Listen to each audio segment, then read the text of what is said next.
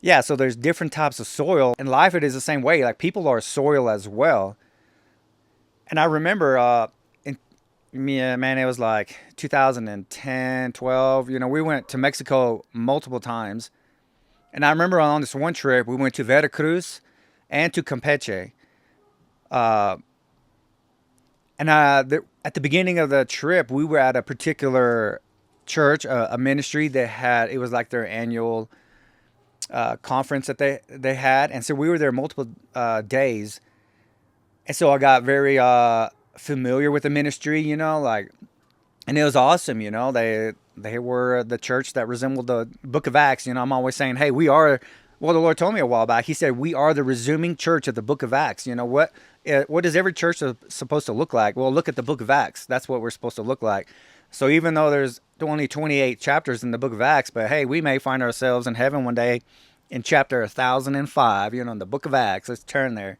But that's what we're supposed to look at. And so this church, yeah. So I was like, man, this is, people were amazing. They were awesome, as far as, yeah. And then, so several days later, we drove, to Campeche.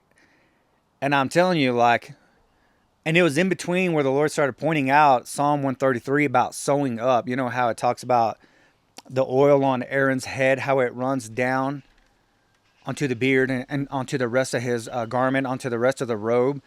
And everything starts from the head down. And and the Lord pointed out a mountain out there. I saw how the fog was on the tip of the mountain, which often represents the glory of God, and how it starts from the top down, and it is sowing into good soil. Man, I'm telling you, I've seen it. I've seen, when we used to plant, we would plant in rocky soil. It's not the best, like you don't, but it's part of the field, so you sow into it, but the harvest won't be as great. And so, but when you can sow into the best, sow into someone who has been there and done that, who's producing the fruit of it. So this second ministry we went to, we were in a van, and as we drove up to the church, and it was in a pretty good sized town. And the moment they opened the side door and I put my foot on the ground, I could sense it, like in the spirit. I could sense the anointing that was on this ministry. It was so different where we just came from. Not that there was anything wrong with the people of the other ministry, man. I mean, they were believing in, the Book of Acts, like, I mean, in the whole Bible. I'm talking about casting out devils, raising the dead, speaking in tongues, praying in tongues, like believing in the power of God. Well, so did this ministry, but it was so different. Like I could sense it. And I knew, I saw pretty quickly one of the reasons why. And it was because of where they were sowing. So like when we were walking, and I realized that the other ministry, it wasn't there. Like they were talking about no one else. Like they were not giving into any other ministry, like someone greater than who they were. And so I saw banners in the hallway of this second church we went to, the second ministry, which was, several hours apart. Man, the grace that was on that ministry, like, and you could see who they were sowing into. They had banners of it, where they were sowing into and what the vision was. So they had a totally different revelation of giving and receiving and sowing into something greater, sowing into really good soil. And even Paul talks about being a partaker with me of the grace, with me. He says it in Philippians 1:7, how he says, "You are all are partakers of grace with me." And in Philippians 1:5, it says, "In view of your participation in the gospel from the first day until now." So there was a church, there was people that were sowing into Paul, and that grace was coming upon them. And and I remember, like, yeah, going back to the fields, you know, and going back to Mark 4, where Jesus said, "Hey, all the parables, if you don't understand this parable, you won't understand anything about sowing and reaping." And working on the cotton fields for 7 years, there was years where I was the seed boy, and then there was years where I was driving the tractor and planting the seed.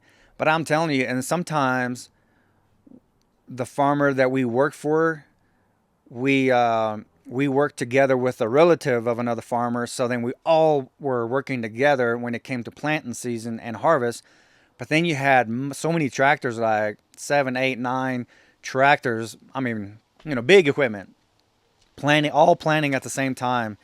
And when you put the acres together, it was, I'm just a wild guess, 12,000 acres that we would all hit. We'd go to one field, hit it, and then go to the next field. But I'm telling you, everything comes to a stop without the seed boy. And I remember years I was a seed boy, and it's like, man, you have, walkie-talkies, and you're talking, and every farmer's like, hey, I'm running low on seed. Can you meet me there? Because I'm telling you, if you're driving a tractor and a planter in the field and you run out of seed, you stop. You don't do anything without seed, because without seed you ain't gonna have nothing. And sometimes, like in a planter where the seed comes out and it gets buried into the ground, sometimes you would have a problem where a seed shoot might get stopped up, or sometimes you think you might make it to the end of the field, but you're actually running out of seed on this side of the planter. And then during the year, you see it. And during the year, you have cotton come up, this row, this row. Oh, then you can tell what happened here. There was no seed here, so you have nothing there. And it is that way. And there's also always like a deadline where you have to have seed in the ground, because there's a deadline. And usually it was in June. Like if you don't have your seed in the ground, it's too late. You won't have nothing all year long. And remember, Jesus said, hey, all the parables are connected to the sowing and reaping. You won't have nothing. And that's why the Bible often talks about a lazy man ain't going to have much, But as it was very, so even the years when I was driving tractor and planting, it's like, you can't hide it if you don't sow seed. Because the boss man will know, hey, you didn't have seed in the ground, because look, here in a few months, we'll know what happened. Was there a problem? But you could tell if it was a problem with, often you could tell you if it was a problem with the planter or if you just ran out, because of how sometimes the seed would be sporadic, like, oh, here's a seed, here's a seed, like when you were running low. So yeah, as a seed boy, it's crucial. Like all these tractors and planters, they could just have to come to a stop without the seed boy. And and that's how it is in life, giving and receiving. Just like we said earlier in John 3:16, God so loved the world, and I read a book one time, and it is true. Like the old covenant, you see so much in there, like in Exodus, where God, commanded the children of Israel, like, hang on, y'all work 6 days, and on the seventh day rest. It's not always about work, and trying to get every dime. Rest. And I like this in Exodus. It's 23. Yeah, we can go there. Exodus 23. And the children of Israel also commanded, like when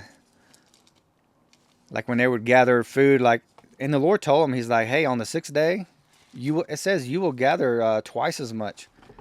And then it's like, and the Lord said, like, it will be there. Like there'll be twice as much there on a Saturday. I was like, wow, that is supernatural. You just have twice as much on Saturday, so you don't have to pick it on Sunday, But I like it, Exodus 23, what it says here in verse 22. It says, when you reap the harvest of your land, moreover, you shall not reap to the very corners of your field, nor gather the gleaning of your harvest. You are to leave them for the needy and for the alien. And then I like this, because I am the Lord your God. So don't forget that God is the source of our supply. He is our source. And when you just read through the word, God is always saying, I'm your source. I am God. Like, don't worry about picking the very corners of your field here. And also it says, after you glean, after you go through your field, don't worry about all these little pieces that you left behind. Like, just leave them for the alien and for the orphan, for the needy. And it is that way, like in life and in business, and in you will see it, but also like in farming. Like often I would drive the cotton harvester, right? The cotton picker. And in West Texas, you call it a cotton stripper, because in West Texas, you strip the bolls of cotton versus picking them because of the climate. But it is that way. Like when you harvest, sometimes you look behind you and there's leftovers. Like I'm almost often you don't get everything. But if you want to be so greedy and always back up and try to get everything, it will start costing you something. You'll start losing because you want every little piece of it, And so there's a point where, okay, you just leave that alone, because it's going to end up costing you more than Yeah, and you see that here. But I love that last part in Exodus 23:22, where God says, I am the Lord your God. And yeah, and I want to leave that with you, like what Jesus said, how will you understand all the parables if you don't understand this one, the giving and the receiving?